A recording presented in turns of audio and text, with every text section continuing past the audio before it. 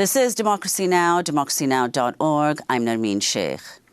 U.S. Secretary of State Antony Blinken is back in the Middle East as Hamas is set to respond to a ceasefire proposal to pause fighting and release more hostages. This comes after the U.S. launched airstrikes in Syria, Iraq and Yemen Friday in retaliation for the killing of 3 U.S. soldiers by Iran-backed militants who attacked a base in Jordan. Meanwhile, President Biden is facing more pressure over his support for Israel's assault on Gaza. Independent Senator Bernie Sanders has announced plans to introduce an amendment to remove $10.1 billion in military aid for Israel. In a statement, Sanders denounced what he called, quote, Netanyahu's illegal, immoral war against the Palestinian people. Democratic Senators Elizabeth Warren and Brian Schatz have sent a letter to Secretary of State Blinken to pressure the Biden administration to push back against Netanyahu's rejection of a two-state solution.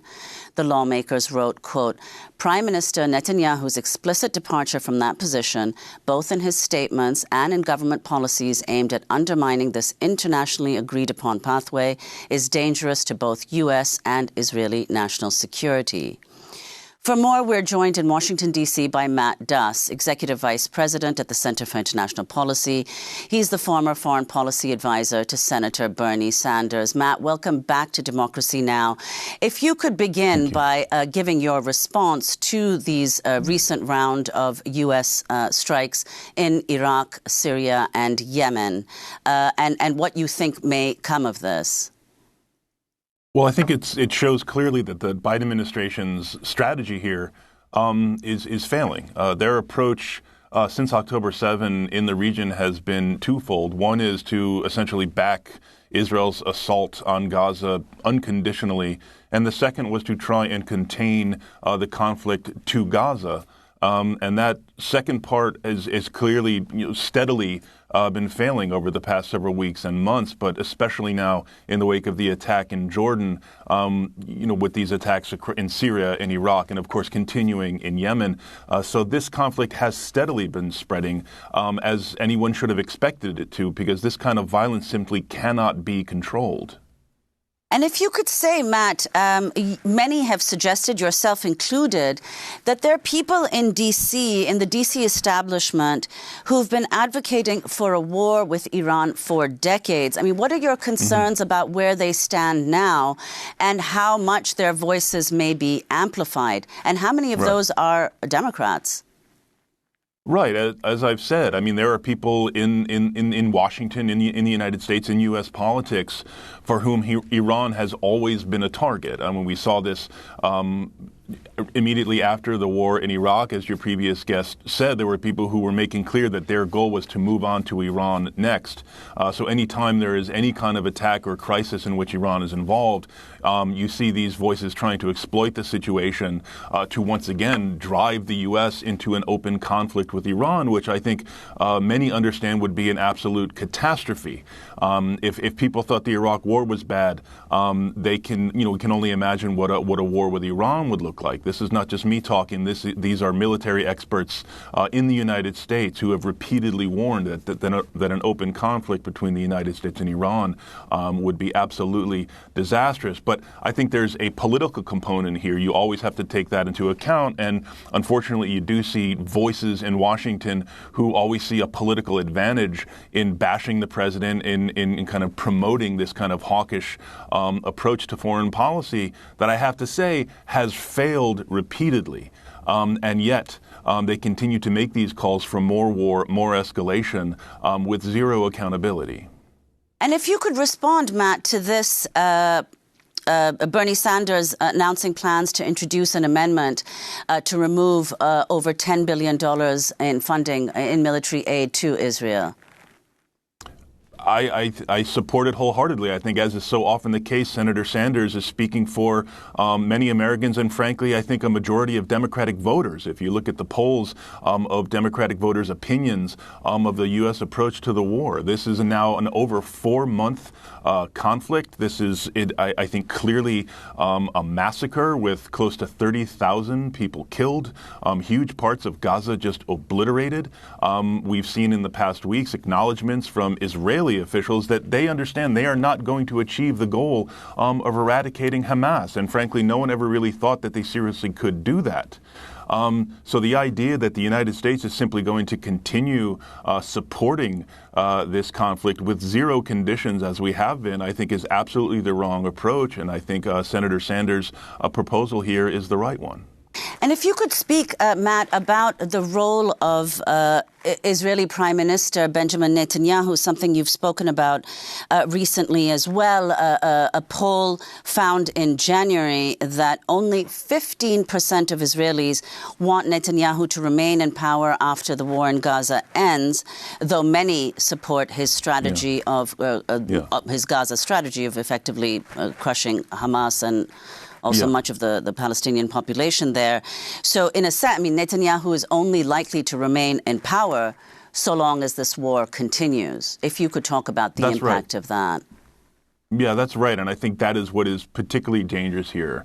It gets to the particularly pernicious role of Netanyahu himself. Let's remember before October 7th, he was facing multiple corruption indictments. He was facing mass protests that had been going on for months against his government's attempts to undermine Israel's judiciary.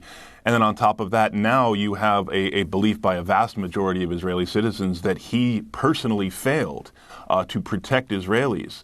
That it was the atrocities that we all saw on October 7th were the result of his failures.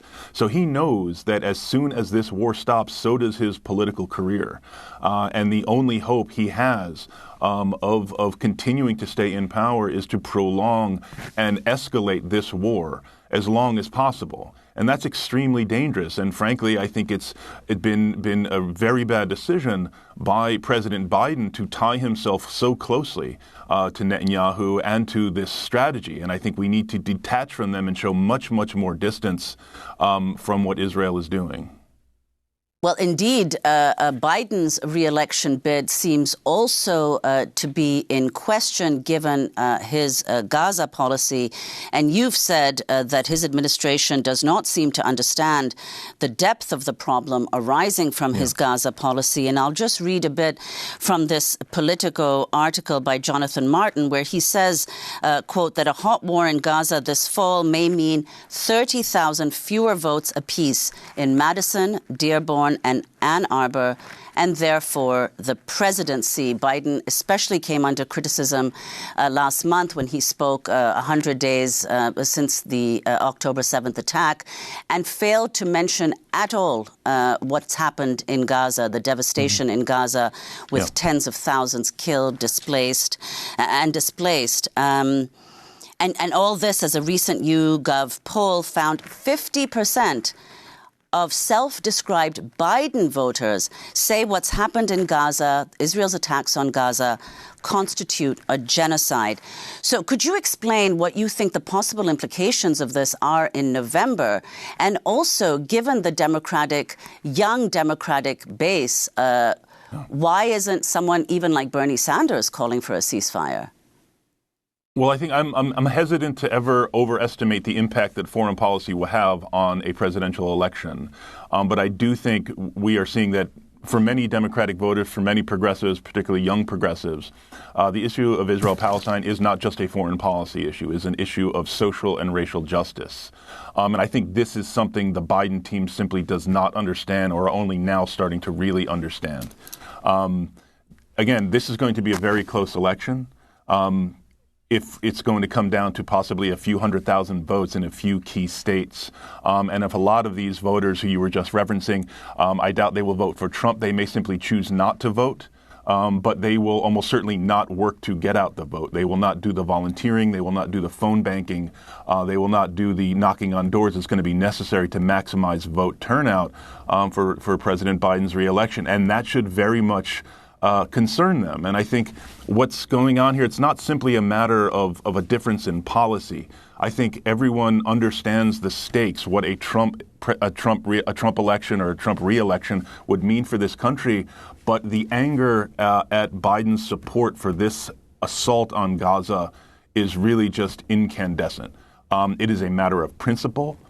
for many Democrats, not just Arab and Palestinian Americans, but more broadly, some groups of Democratic voters who simply cannot bring themselves to pull the lever or check the box for a president who is supporting this. And this is not going to be fixed by dispatching a few administration officials to certain neighborhoods in Michigan or elsewhere. This is going to be fixed, if it can be fixed at all, by changing policy and ending support for this massacre. Matt Duss, thank you so much for joining us, Executive Vice President at the Center for International Policy and former Foreign Policy Advisor to Senator Bernie Sanders.